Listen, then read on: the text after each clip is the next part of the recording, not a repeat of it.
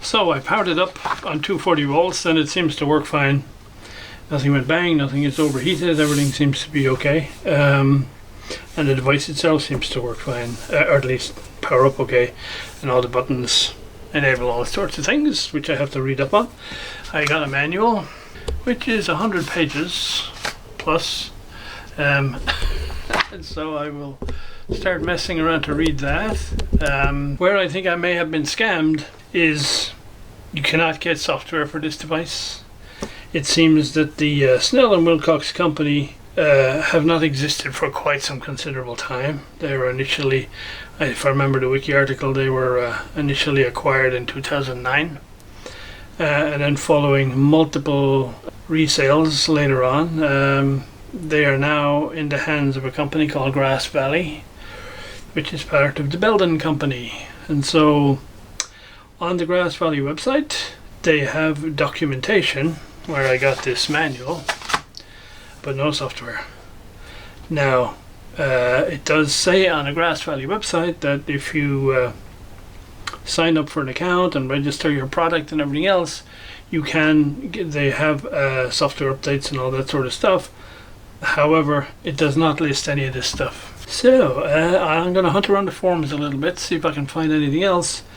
And so my only hope right now with this is that it will work standalone like this, and so I can have analog in, analog out, and then feed the analog out into the Blackmagic design box and go from there into my PC.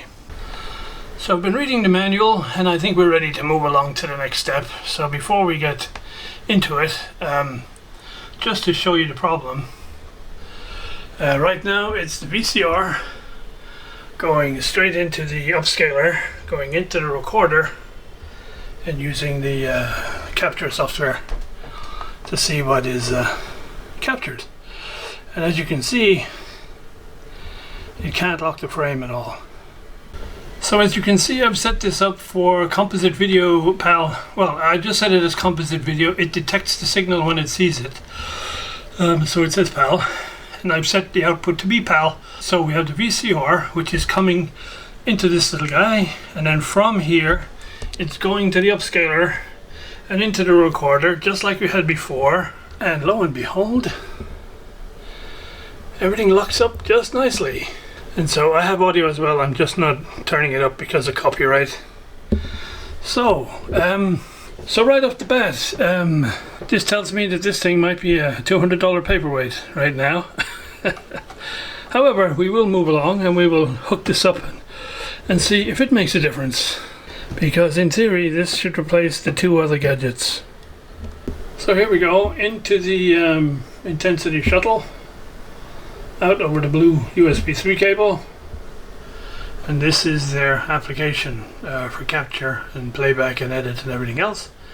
As you can see, this looks quite decent. The problem is, it's completely unstable. If I do anything to touch this, the app will just lock and I can't get it back out. It requires a hard boot of the PC to get the thing back. So if I start capturing, okay, 30 seconds, we'll stop it right there.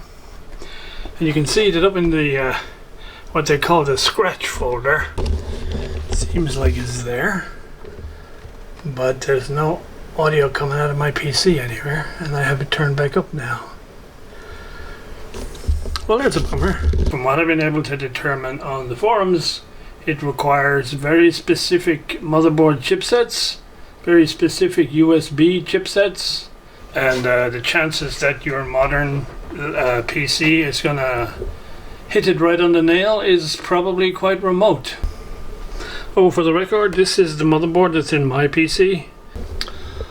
So I'm gonna try and summarize where I got to with all this stuff, because it's not black and white, unfortunately. So I shot a lot of video doing bits of testing, which all went on the cutting room floor, as they say. Anyway, with the combination of the little upscaler and the hop hog recorder, this works consistently every time. So there's no problem with anything locking up or anything like that. It's pretty consistent.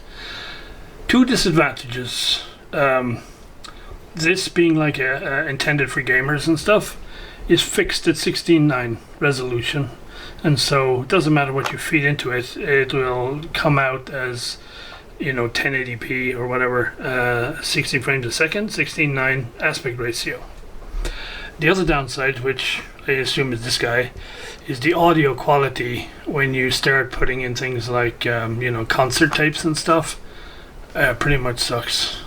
Very little low end and very harsh treble, and it's very uncomfortable listening to the audio from this thing. In contrast, I have played around with the old Shuttle quite a lot since, and yes, it has this problem on my system that it works fine from a cold start of the PC, and you immediately go in to do a capture, and it works. But once you've done that first capture and it saves the file, it's kind of locked up then. You can't do anything else. However, it does detect 4.3, so for instance when you then import it into your video editing, you can see it's 4.3 with the letterbox left and right.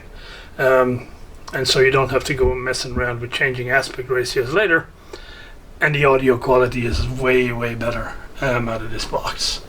So one is motivated to keep working on this thing to see if I can find a way to get it to perform more in a more stable fashion in my machine. But the jury's out on that. I just looked on their website this morning and it looks like they have put out a new release of software, but I think it's purely just to support some of their other devices. But we will definitely give it a go. So that's it. We're going to stop right here. That's my experience so far. And as I say, I'm going to stick with the Blackmagic design box for now, because if all else fails, anytime I need to do capturing video, I just have to decide that, okay, that's all we're going to do now. So I'm going to cold start the PC, fire it all up, and just let it run till we're done. And yeah, there we go. So that's about it for now, guys. Learning as we go, as they say. So nothing is as simple as we thought, but at least I have a way now, however clumsy, of getting my composite video digitized in 1080p format, which is nice. So there we go. More to come on probably a different topic sometime soon. Cheers, bye.